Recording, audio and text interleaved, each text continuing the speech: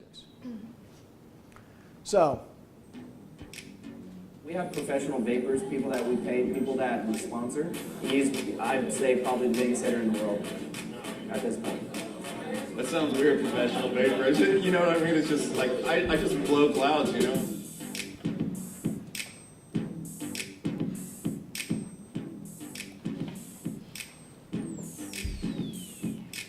Right now, there's a whole subculture that's growing. It's getting bigger and bigger.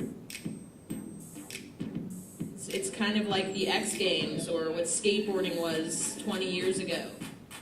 We just try to have a little bit of style with how we do it. We've got this whole thing called the push or whatever as well, and blow a cloud out and just kind of like push through it, make it as big and as dense as we can. So the fact that you can sort of modify these devices and then compete against one another to see who can get the biggest cloud drives innovation. With these atomizers that are on top of this, these are coils that we roll by hand. The lower gauge of wire that you use is going to heat up more, and you're going to get a bigger cloud out of it. The battery inside of here is a 30 amp battery. It's got an 80 amp pulse. We're telling this device how much power we want out of it by how we roll the coils.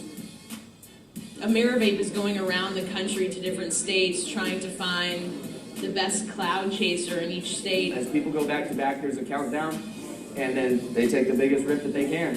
And then it's judged on the girth, the length, and the overall size, density. And then the winner of each state will go on to compete in the finals at this Vape Summit convention. To be able to sort of share it with your friends and compete in a friendly way builds the culture and the community around vaping. Now we're having fun vaping, blowing big clouds, winning prizes, traveling around the world with AmeriVape. Yeah.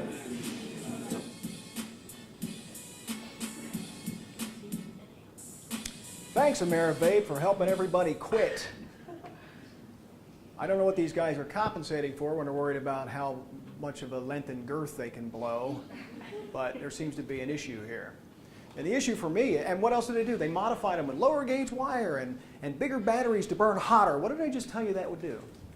Increase the amount of formaldehyde in those clouds. And if you think that that's water vapor that they blew in that video, I'm sorry for you. This is not about quitting. This is about marketing. It's about getting in the hands to another generation of people because the tobacco industry is dying. As you guys get smarter and use these products less and less and less, these industries will die. They'll die by attrition. It's hard to quit, so we know there's always going to be that population that we're trying to help. But the fewer young people who start, the less of these guys we're going to see. This changed the game for them. All of a sudden, you are all fair game. And they are coming after you every way they can. So the problem was that initially they were expensive, right? They were big-time models. They cost hundreds of dollars. They had leaky cartridges. They had quality control issues. They were getting a bad rap. But what happened was, you know, innovation, right? As more people were buying it, the price kind of comes down. Big screen TVs used to be $10,000, and now they're $600 at Walmart.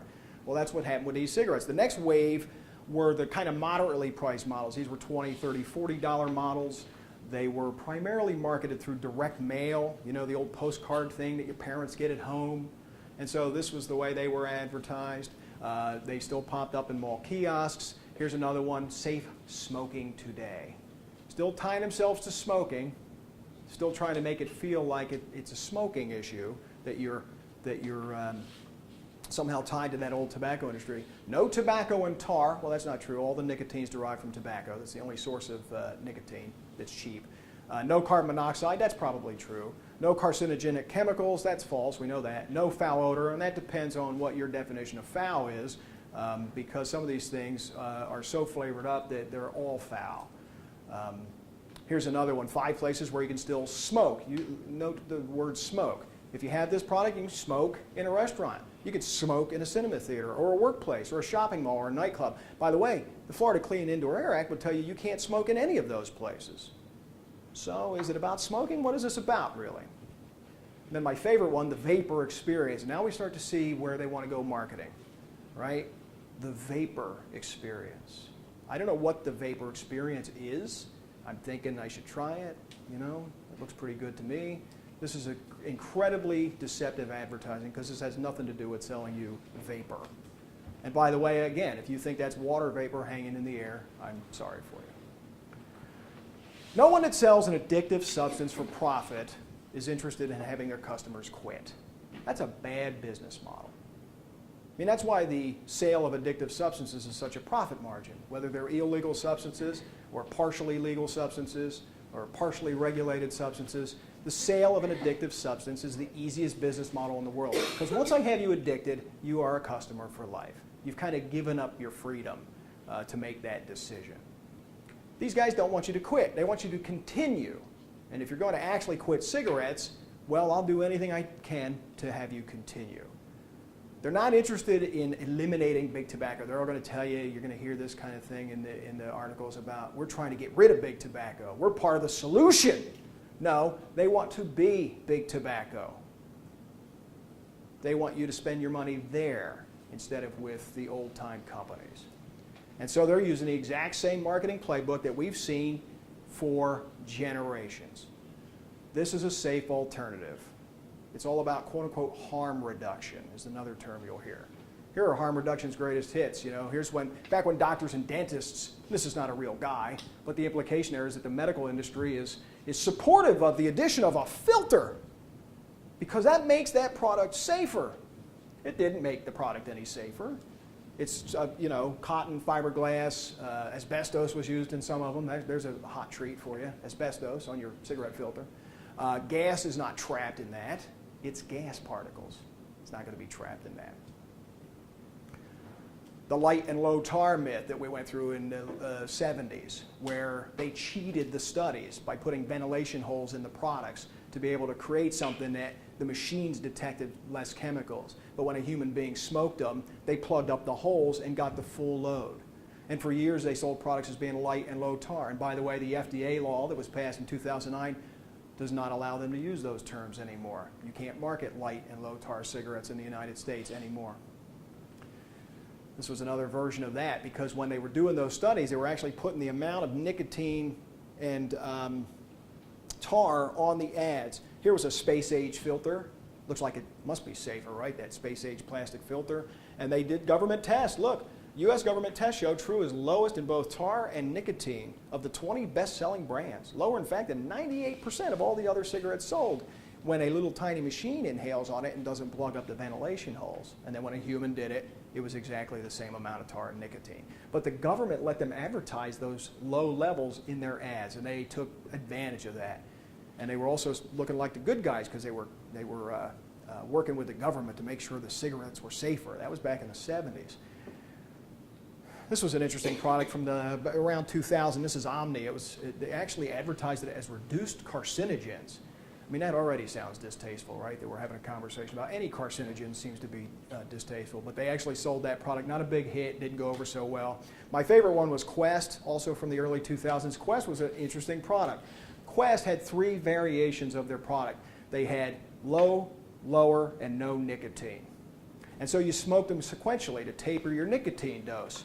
And when you got to nicotine-free, you realized you were inhaling hot toxic gas, but you weren't addicted to it anymore. Guess what you did? You quit. Guess what happened to Quest? They went out of business because they were successful in helping people quit. And that wasn't the business model for somebody who sells nicotine. I'm Walt Garrison. And you know there's times when a guy just can't smoke. And that's when I'm glad I've got Stove. It's smokeless tobacco. Gives you real tobacco pleasure, but you don't light up.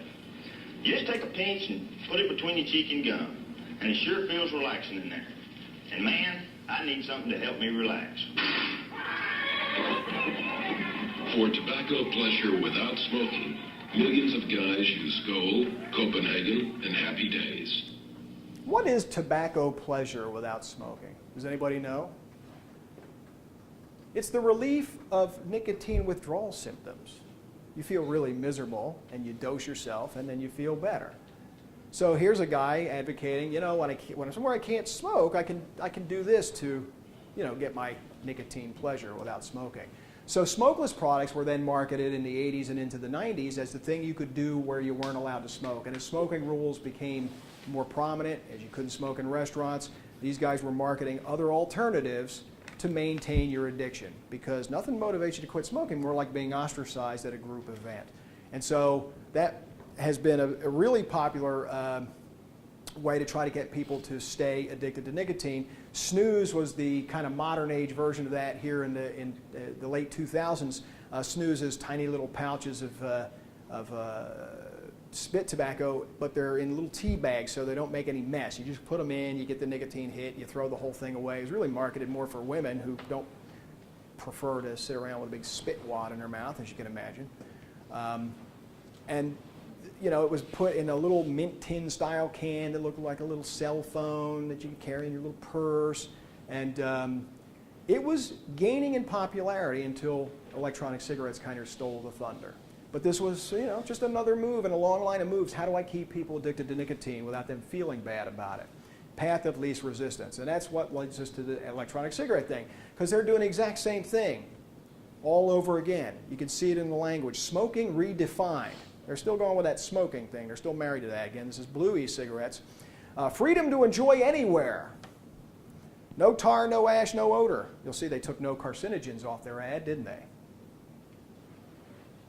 Number one selling electronic cigarette, might have been at the time, but it certainly didn't stay that way. USA-made flavors. It's interesting. The flavors are made in the United States. You know why? Because here in the United States, it's the only way we can really get it in the hands of kids. Nobody else in the world uses flavors the way the USA uses flavors.